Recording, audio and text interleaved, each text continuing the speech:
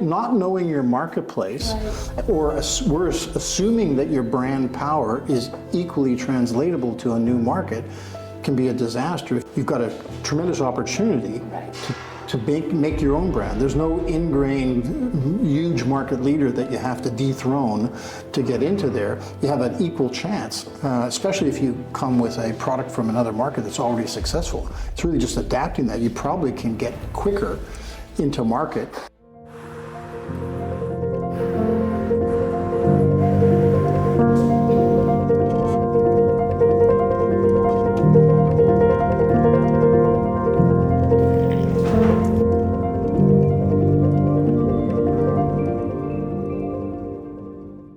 So Scott, how do you consider the most important factors when adapting to a new market? I think one of the most important things is, back to what we all talked about a little earlier, is really understanding the market that you're going into. What you see often is, particularly if you have a product already, if you're coming from another marketplace, you know, the worst thing you can do is just assume that your brand is directly transferable. Sometimes, you know, you have to ask yourself the hard question, do I even have a brand persona in this marketplace? I might be huge in a different market, and then I go into this marketplace and kind of have to start from scratch. And I might even need a different persona in this marketplace. A couple of examples that have happened over the years internationally where I think it was the American Dairy Association. You know, they had a campaign very successful in North America called Got Milk.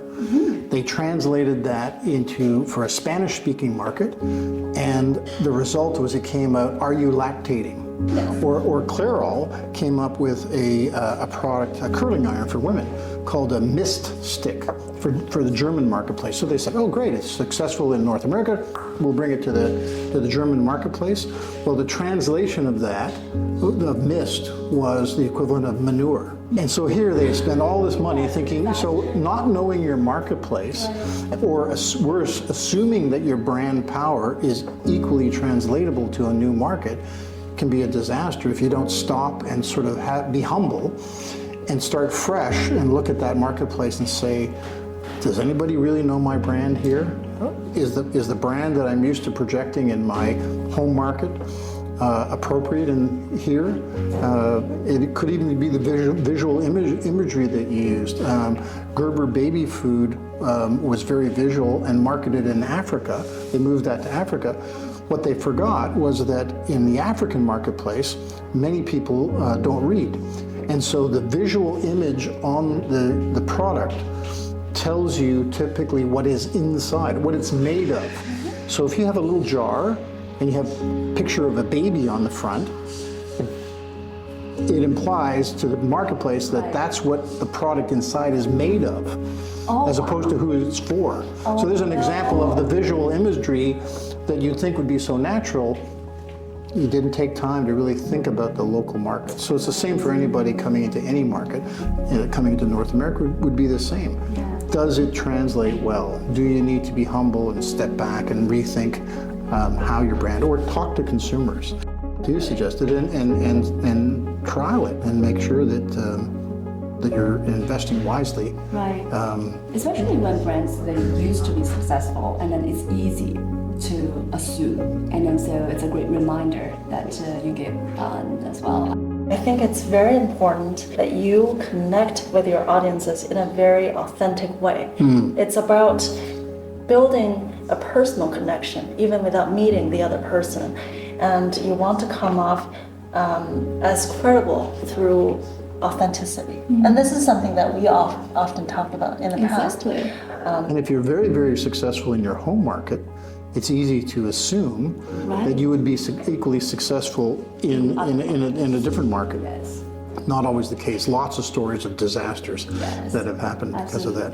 KFC actually did a very good localization when they went into China, and then so people used to line up for their food, and then a lot of menus that you don't see it here in North America. Well, they researched the market and thought of they wouldn't just take the product and drop it in. They'd talk to the consumers and create an appropriate product or an adaptation of the product Right, and into that when market. they use the local management team, and it's easier for them to understand the local culture and market preference. So that's also another organizational structure that they used to help facilitate the success in the local market. And if you think about one of the perhaps unique things about the North American marketplace, if people are coming here, I don't know if it's unique to North America, but certainly North America is comprised of a melting pot of tons of different cultures, right? And so you have subcultures within that,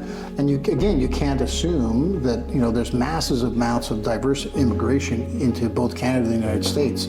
But even in each of those markets, we would tend to say in Canada it's more of a mosaic, and in the U.S. it's more of a melting pot. So again, you can't assume going into either of those marketplaces. And so we have a culture and tons of cultural diversity within and underneath that. So it's even more complex to get it right, because if you look at a segment that's well established with a lot of incumbent brands versus an emerging sector in technology or anywhere else where you've got a tremendous opportunity to make your own brand. There's no ingrained huge market leader that you have to dethrone to get into there. You have an equal chance, especially if you come with a product from another market that's already successful. It's really just adapting that. You probably can get quicker into market where there's an opportunity as opposed to a large incumbent in the marketplace.